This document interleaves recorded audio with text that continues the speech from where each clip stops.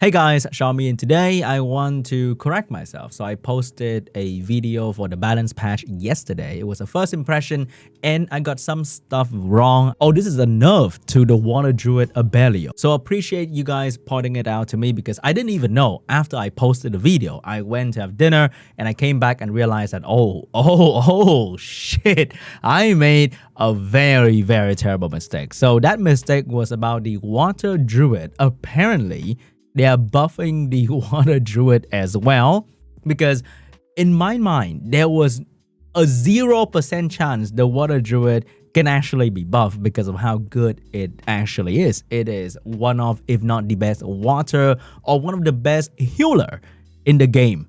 In RTA, in Arena, in Siege, in many things, Water Druid is absolutely amazing. And now it can actually heal in the beast form as well. In the past, it couldn't, but now it can heal in the beast form. So all these buffs to the Druid can kind of make them a bit more versatile to play, because in the past, you go from skill 3, all of them, and transform into the beast, and then you go skill 2 of the beast to go back to the Druid form, because there's really no point using the skill 3 in the beast form because you lose out on these value like increased attack bar or buff defense or weaken enemy defense, all that good stuff, right?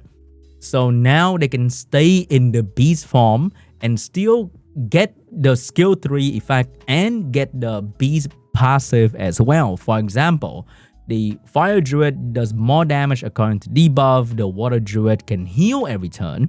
So sometimes when you use the Water Druid, you don't really want to go back to the Druid form immediately, because you want to stay in the beast form to heal. Because even though the attack bar gain and the self-cleanse in the Druid form is really good, this extra healing can be quite useful as well. So now with the buff to Abelio, he can stay in this form to keep healing, and he can heal and boost attack bar in this form as well. So he can kind of stay in this form forever if he wants to.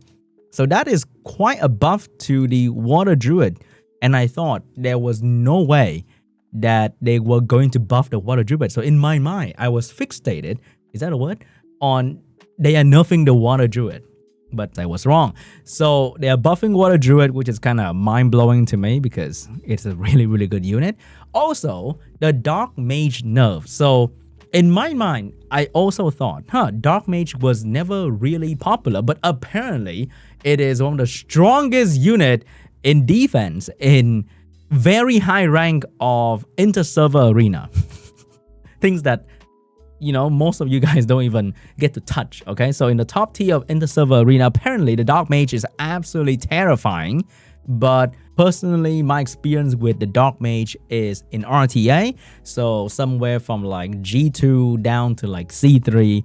They are strong. Of course, I really hate fighting the Dark Mage. Even if you stun the unit, the Dark Mage can still put so many debuffs on your entire team, which is something that only this unit can do, right? It's kind of crazy. But I never thought that you would need to nerf the Dark Mage. You don't see Dark Mage in competitive RTA. You don't see Dark Mage being put up in like the Veronica, the Gianna, the Ragdoll, the Tianlang, the Volantis, those that we ask for a nerf all the time because they are so good. And then suddenly they're nerfing the Dark Mage for no reason. So I don't know. I think strong 80 Nat 5 is okay because they're so rare. They deserve to be a little bit extra special, extra spicy, you know? And the Dark Mage, I think, is in the right spot. So a nerf was kind of weird. I don't know, guys. I don't know, man. Next one, we have the Holyberry Water and Dark. So I thought that it was going to be a defense buff and immunity buff because I saw the word immune. But it seems like it's not an immunity buff, but actually becoming immune to harmful effect for 3 turns. I still think it's going to be immunity though, because Comto's wording can be kind of lame, and it's going to be better because it is going to be like a passive-ish kind of thing, so you can't strip it away, which make the Water Holyberry way better, because the Water Holyberry is more of a bruiser unit, right? So it's actually pretty good. It even has defense buff. And wait, is it this one? No, it's more like this one. It's gonna have defense buff, and it's gonna revenge, and it's gonna do damage according to defense. It's gonna defense break. So I think this unit is gonna be pretty good. But then it gain a turn instantly, which means when you buff defense for 3 turns, you gain a turn instantly. It becomes 2 turns. So it's like, huh? I don't think it needs to gain a turn instantly, especially this unit, right? It has a passive, it's a skill 1. So I think it should stay in the defense buff as long as possible. So getting a turn instantly was kind of strange. The dark one, on the other hand, I think can use that because it can buff itself and it can defense break and then gain invincibility on all allies. So this unit will have defense buff, have immune to harmful effect, and invincibility. So it's gonna be impossible to kill for the most part, but that is only her, okay? I like skill that has team effect. I don't like unit that is like selfish, like Leona. I hate that unit so bad. Every chance I get, I just roast Leona. But I hate unit like that, okay? I like unit that is team-based. I like this skill. I want them to make this skill better. How about remove all harmful effect and increase attack bar according to the harmful effect remove, and maybe gain a turn after that or some shit like that, okay? I don't like skill that just protect itself. I don't know, it's kind of lame. So to me, it's just a step backward for those unit in particular. But I'm not too sure. People said that it's not going to be immunity, but I think it's going to be immunity, probably something like that. And yeah, I just don't like that skill in general. Defense buff, great. Survive longer, be more annoying, but I like team-based stuff, you know? I don't like Artemio because it's not a team-based unit. Actually, it is, kind of. The water one, I think, makes sense. The dark one just doesn't make sense. I don't like that at all. What if they just add defense buff to the skill? Remove one harmful effect, increase attack bar, and then buff defense on itself. What's wrong with that? Why do you have to change an entire skill that was not strong to begin with to a skill that is not very strong as well? So that was just kind of strange. Yeah? I also never really looked into the skill error of some monster fix, but apparently the Occult Girl skill error is quite significant because in the past, Help Me Teddy, the Occult Girl skill 1 can sleep you know, you've seen that before. You can sleep a dead person. Kind of weird to say because they're dead, they're probably sleeping already. But if you kill an enemy target, and apparently if you sleep the enemy target with that hit as well, you can't really see because the enemy is already dead.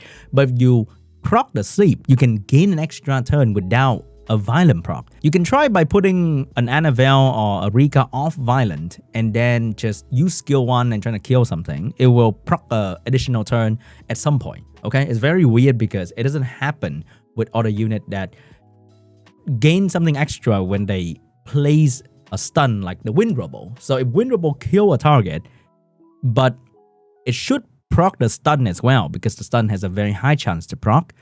If it kills a target, it always stops right there. It doesn't get the extra hit. So this will make the Occult Girl less OP in the past. It has more chance to proc even after killing somebody, which is really crazy. Another skill error that is also quite significant. So skill that remove certain beneficial effect.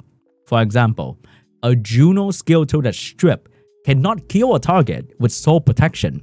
In the past, Juno could not. Let's say Juno fighting Shizuka is a very common thing to see. Shizuka put soul protection on somebody, and then Juno trying to strip that and kill the unit at the same time. Some unit can do that, but Juno can't, which is kind of strange, right? So now I think it will kill because Juno is supposed to strip and then deal damage.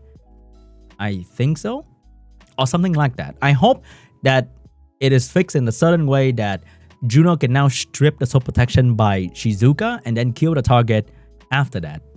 I hope that happens, okay? Because right now, you can't do that. So those are the things that I think I missed out and messed up in the previous balance patch. I'm very sorry about that.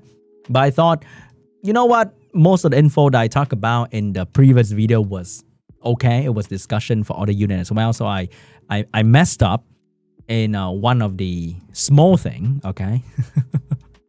And I think that was still okay. So that's pretty much it. Hope you guys forgive me for this one. Thank you so much for watching, and I'll see you guys in the next one.